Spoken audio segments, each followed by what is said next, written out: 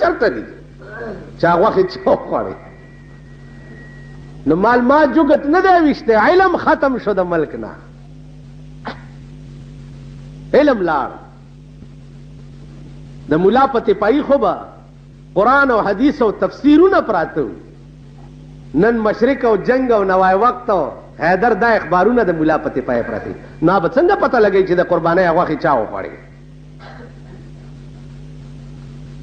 قرآن ویلی دی چې ګډوره راغی د ابراهیم په خپو کې پریوتو او هغه حلال کو بیا دا نشته په اسلام کې چې غوښې چا وخوړې ولې نشته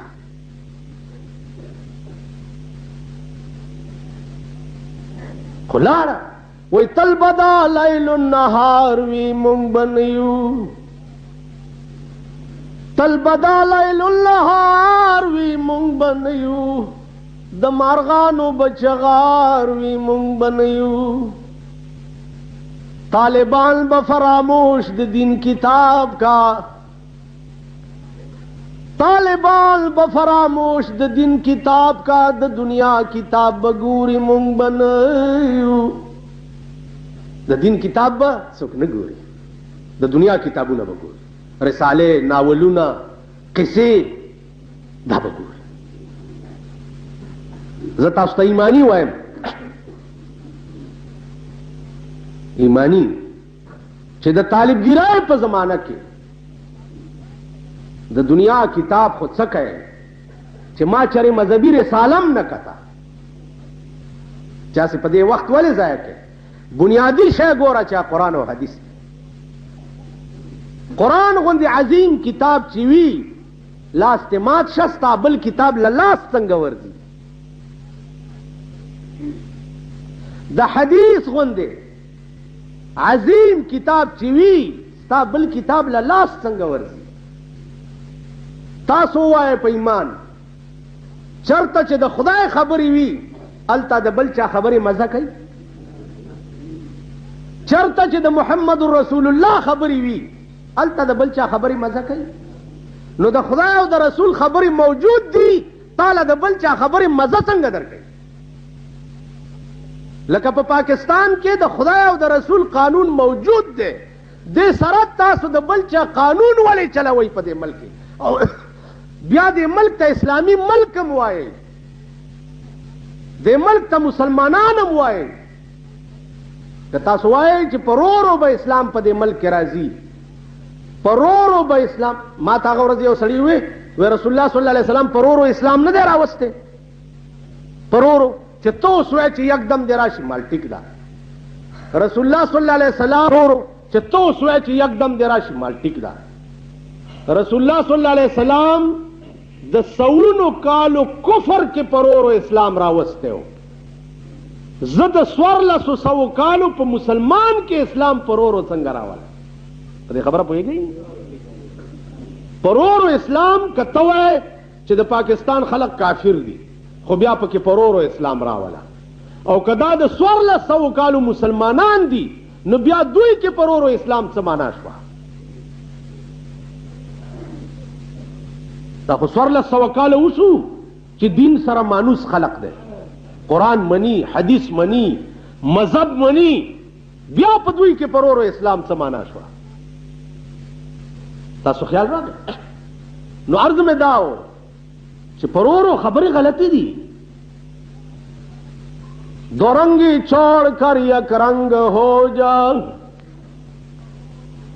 دو رنگی چھوڑ کر یک رنگ ہو جا سراسر موم ہو یا سنگ ہو جا اس وقت دو رنگی خوند لگے ملک حالات بالکل فٹ تھی ورتا عرض میں داؤ کہ قرآن کریم غند عظیم کتاب موجودی د بلچا خبرې خوند نه کوي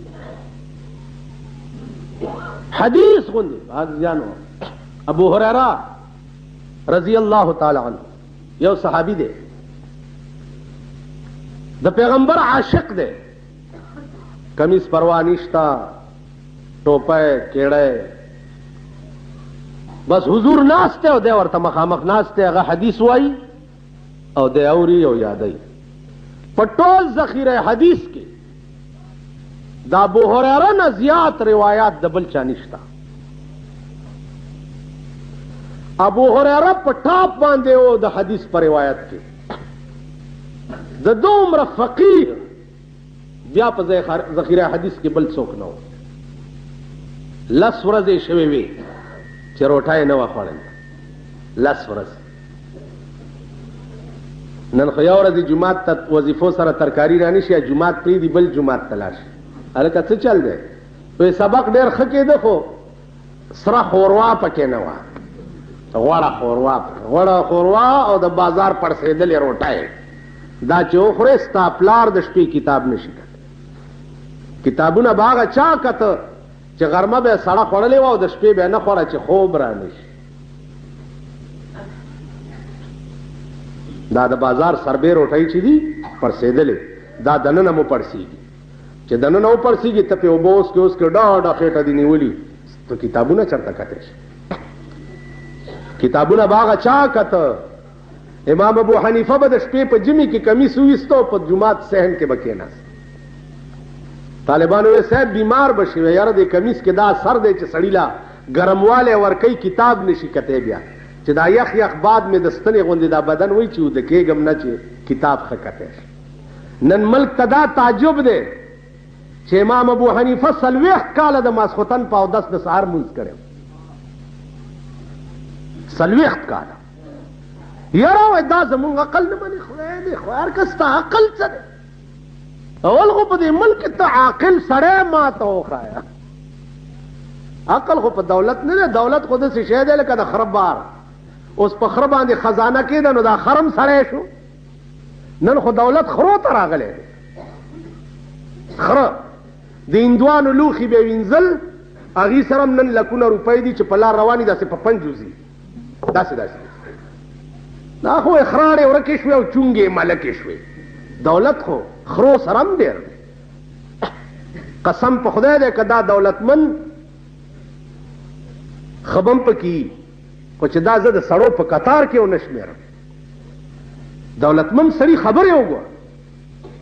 دلته یو دی ما ته یو ورځ یاره مولانا صاحب ښه ما سوټمارې زویه سمې خبرې کوه. مور به دې ټوله ورځ سوټي راټولوله ته ښه. دولت خو داسې شی په ارام کښېنې. په دولت څوک نه سړی. سړی په رنګ نه سړی کېږي. سړی هغه دی چې خوی د سړی چا کردار ملنګان به دوهای ته به ناستي اور به بل کړی بوجای به په ځان اچولي او دماغ به اسمان سره خبرې. محمود غزنوي زمانه وه. ابوالحسن خرقاني رحمت الله علیه یو بزرګ لوی فقیه لوی علم خاوند. محمود غزنوي لاړو په هندوستان باندې حمله کوله چې سومنات و ماتوم. چا ورته وایي چې دلته یو بزرګ دی ابوالحسن خرقاني نامه ده ورته ورشئ رای ولګي. سړی ورغی وی صاحب بادشاه دې غواړي. وی بادشاه ته ووایه چې زه اوزګار نه یم زه خپل کار کوم. محمود غزنوي ته سړی راغی چې ابوالحسن خرقاني وایي چې زه اوزګار نه یم. هغه ورته د قرآن یو آیات ولیکلو چې اطیعوا الله واطیعوا الرسول واولو الامر منکم. خدای ویلی دي چې د بادشاه وخت تابعداري کوئ. ولې نه راځئ؟ هغه ورته د کاغذ په شا ولیکل چې بادشاه سلامت ته پوهېږي نه. اول په دې آیات کې اطیعوا الله دی د خدای تابعداري، بیا اطیعوا الرسول دی د رسول تابعداري، بیا اولو الامر دی په درېمه درجه کې. نو مالا د خدای تابعداري هم نه ده پوره کړې مخکې رسول پاتې دی. نو زه څنګه ستا اطاعت وکړم او درشم؟ محمود غزنوي هم د لوی شان خاوندو چې دا یې ولوسته په خپله ورغی. نن د تاڼې تاڼېدار چې در پسې جواب راولیږي چې ورشه ملا صاحب ته وایي چې راشي خان دې غواړي. نو ته خو ورمشه سپایان به در پسې راولیږي په راښکو به دې بوسي. پس موږ به محمود غزنوي کوم ځای پیدا کوو؟ او بیا به مونږ ابوالحسن خرقانی کوم ځای پیدا کړ او نہ وہ غزلوی میں مزہ رہا نہ وہ خم ہے زلف ایاز میں نہ وہ غزلوی میں مزہ رہا نہ وہ خم ہے زلف ایاز میں نہ وہ حسن میں رہی شوخیاں نہ وہ عشق میں رہی گرمیاں گل گئے گلشن گئے اچھے اچھے مر گئے کدو کریلے رہ گئے تاسو کدو کریلا پاتی کدو کریلا اسه تاسو د خپل ځان تم لږ سوچ ما هم خپل ځان ته سوچ کړی تاسو ځان ته سوچ وکړئ چې څه وخت کې خبرې کوي چې دا زه څه وایم دا زه څه وایم خدای په راستی که د عقل سره دومره تعلق شته لکه په مای کې تور او سپین دومره خبرو چل نه راځي دماغ هم بالکل خراب دي کار نه کوي پوهېږو نه هغه ورځ یو سړی راغی ما ته وایي چې اوس ښه بزرګ سړی دی څلوېښتي ده جي او ته به خامخا ځې مونږ دا فیصله کړې هلکه زه نشم تللی مونږ دا فیصله کړې او څنګه به نه ځې مونږ ستا ټیپونه اورو او څنګه به نه ځې یا پروردګاره لکه نشم اوس څنګه به نه ځې مونږ ستا ټیپونه اورو او څنګه به نه ځې مال میلمه یې د خدای هغه لویې ورځې ته وګوره چې پرېمې ده ویل څنګه به نه ځې دا د سړي زوی زه وایم سړی په رنګ نه سړی کېږي سړی هغه دی چې خوی د سړی یوازې ډول ډیل جوړول په دې دا کمال عقل بل شی دی چې قدرت یې په چا کې وایي د عاقلانو خو اشارات وي وہی جنوں کا عشق ہے صادق وہ کب فریاد کرتے ہیں لبوں پہ مہر خاموشی دلوں میں یاد کر عاشق سړی چغې نه وایي نه دنیا په ځان را خبرې څنګه به نه ځې وایي داسې ته وایي چې په ما یې موټ خرڅ کړي دا شرافت دی دا زمونږ خلقو مېلمه اوس مې ویلی هم نه شو چې تلو ما ته وایي ټلیفون نمبر راکړه زه به ورته ټلیفون کوم او ته به راځې څنګه به نه ځې عزیزان خدای دې امان راکړي عرض مې دا و چې د مینې تقاضا دا ده د محبت تقاضا دا ده چې په اشارو به خبرې کوي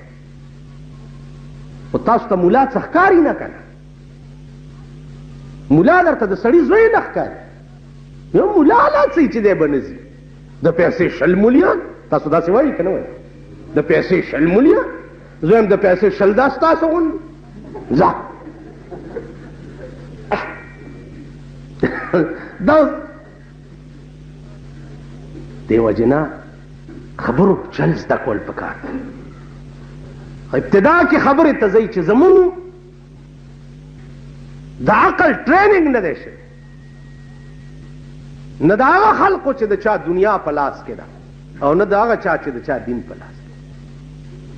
دې پورې درته وایم چې دین په لاس کې دام غیر ټرین شده سړي ته کتاب ورواله شوی په دې صد پېښور کې یو میټینګ و میټینګ دا و چې اصلاح معاشره او پلانې او پلان یو پکې راپاسېده صاحبه دومره ګډوره یې په سر کېنول ویل چې زما هم یو خبره واورئ پولیس افسر ته وایي هغه وی جی وایي وی په دې جوماتونو یو سپی ودروه چې دا خلک کېړی نه پټوي هغه ورته ویل مونږ سره دومره سپیان چېرته دي چې په هر جومات سپی ودرو چې خلک کېړی نه پټوي دا اوس خبره وه وایي من چې مې ګویم او تنبورې ما چې مې ګویم مجلس څه دی او تا پکې څه ووایي وخت مجلس د وخت مقتضیات دا به پېژنې کوم ځای کې چې چا خبرو ته بللی نه هلته به خبرې نه کوي چا دعوت نه یې درکړی هلته به خبرې نه کوي کوم درستخان ته چې چا نه یې بللی هلته به ځې نه که بې عزته شوې ستا ګناه ده دوه خبرې کوي تا پکې د مچ غوندې ورټوپ کړو که بې عزته شوې ستا ګناه ده غلی به ناست دی دعوت یې درکو د خبرې خبره وکړه که نه ټغېږه مه نن سړو مونږ خلکو ته وګوره ووایي رښتیا سړک په غاړه کوتری ناست دي کوتری خو چې څه شی تېرېږي ورپسې غپ کوي څه تېرېږي غپ غپ چا ورته څه ویلي نه نن مونږ نه هغه څیزونه جوړوي او که سړی تېرېږي ورپسې غپ که خر تېرېږي غپ که دغه ټوله ورځ زمونږ دا ژبې څه کوي یا خدای بندګانو زلزلې شروع دي شپې به څملې سهار به راپاسي دنیا به ورانه وي نتیجه به یې څه هغه ورځې خبرونو کې دوی وویل چې بس زلزلې ختمې شو ورپسې په سبا له بیا زلزله شو ختمې نه دي ایله خو اوس ابتدا شوې ده تماشه به وکړئ د ځان سهار به شپې به څملئ او سهار به فاصبحوا فی دارهم جاثمین ټول به په څلور بولي مړه پراته وي او راځي به د جمعې په شپه تماشه به وکړئ نن په پاکستان کې د جمعې شپه د الله د قهر او د غضب شپه د دنیا ډمې او کنجرتوبونه د جمعې په شپه د دنیا ویسیارونه او ډمتوب د جمعې په شپه مالدارو په کور کې ځان لا خپل اغوستي دي او غریبان په تورې بلامات شه په کرۍ د میوزیک سنټرونه وړي غریبان ما ته خو چې څوک اوس د غریب نوم والي ویم چې دا ګردن یې ووم او دا سر یې هلته وغورځوم ما په دې سترګو ولیده د میندو پرتوګونو ته یې 200 ټاکۍ لګېدلي او زوی په 300 روپۍ شپه وي سیار کور ته وړي او غږوي غریبان لا د خدای قهر والي دي مونږ خو پخوا دا غټان به جړل اوس مې چې دا ولیده اریان شوم چې بدبختو او کم بخت د غټانو په کور کې که ټي وي ټلویزیون وي خو څه ځای هم پکې شته او د کوڅه ډب بچیا ټوله ورځ دې په چیترې ګنډې تا 5000 روپۍ ټي وي څنګه اخیست بېګاره ته یو سنډا دی دلته اوسېږي په دې مالت کې اوسېږي غټ سنډا دی ورته مې وی وي سي آر څنګه چل دی ما ته وایي چې ټلویزیون را کره 2 دي رنګین هم دی هغه بل هم دی ټیپونه را کره 3 دي ریډوګان را سره 3 دي او چې کوشش کوم چې دا وي سي آر خپل والمه چې ما ته اوس وایي دا دغه بدبخته تصور هم نه کېده چې دی ملا ته څنګه دا خبره وکړه یو ګناه ده یو احساس د ګناه ده عزیزانو دې قوم نه هغه احساس هم ووتو چې دا زه چا سره خبرې کوم دا خبره دلته کول پکار دي که نه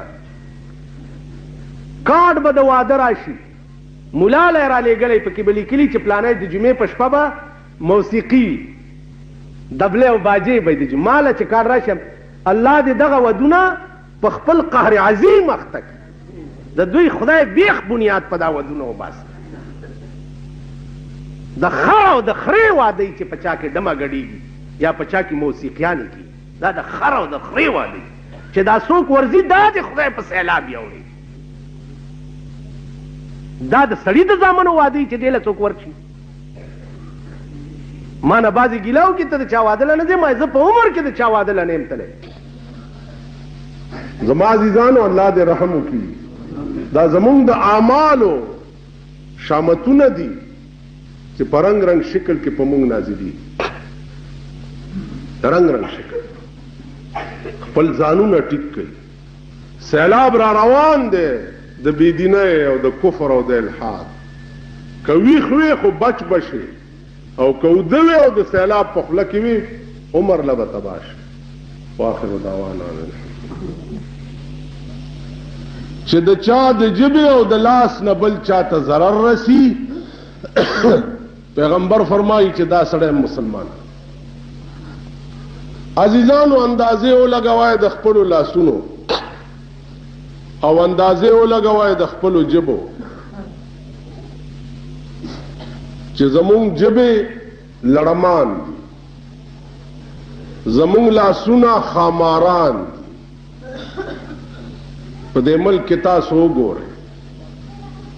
یوازې تاسو نه یادوم چې دا جومات کې ناست یې یا زه یم دا ټول ملک وګورئ لاسونه خاماران دي او ژبې لړمان دي خیال امراغ او خزه اجدهاګانې دي د په خپل جبه لړم دی لاسونه ماران دي او خزه اجدهاګانې نو په یو کور کې چې لړمان او خاماران او اجدهاګانې اوسېږي دا کور د جنت سره څه کار دی یا د خدای د رضا له ټولو سره څه کار هغه کور چې کوم کور شپه او ورځ د خپل آبادۍ په تصور کې وي هغه کور د جنت سره څه کار جنت له خو به هغه کور ځي چا د بل د آبادۍ په تصور کې صحابه کرامو عملی طور دا شی ښودلی عملی طور چې جنت به هغه څوک ګټي چې د خپلې خولې نه نوړی وباسي او بل لی ور خپلې خولې نه وباسي داسې لا چا کړي عزیزانو په یو جهاد کې 9 کسه داسې په قطار وهلي پراته دي 9 کسه اوبه راوړئ اوبه یې چې راوړئ اړومبیلی چې اوبه ورکړې هغه وی زما خیر دی دا ما سره چې دی دلی ورکړه چې هغه لی وروړی هغه وی دی بل لی ورکړه چې بل لی وروړی هغه وی دی بل لی ورکړه چې بل لی وروړی دی بل لی چې 9 ته سړی رسېدو دا وروستو ټول مړه شوي اوبې اوبو یو سړی سره چې په ځنکدن کې هم د بل خیال نه وي هغه سړی به ایمان څنګه تېروي جنت خو دغه خلقو ځای و زما او ستا جنت سره څه کار یو سړی چې بازار ته روزي مو د خپل کور او د خپلې خېټې غمي ورسره که په دفتر کې کینیم د خپل کور غمي ورسره که د ملک د اقتدار په کرسۍ کینیم د خپل کور غمي ورسره هغه خلقو سره جنتونو سره څه کار اسې وایم چې دا چېرته خوب هم ونه ګورئ تاسو خوبونه هم ډېر ګورئ خو چې سړی در کې مړ شي سبا هم په جنت کې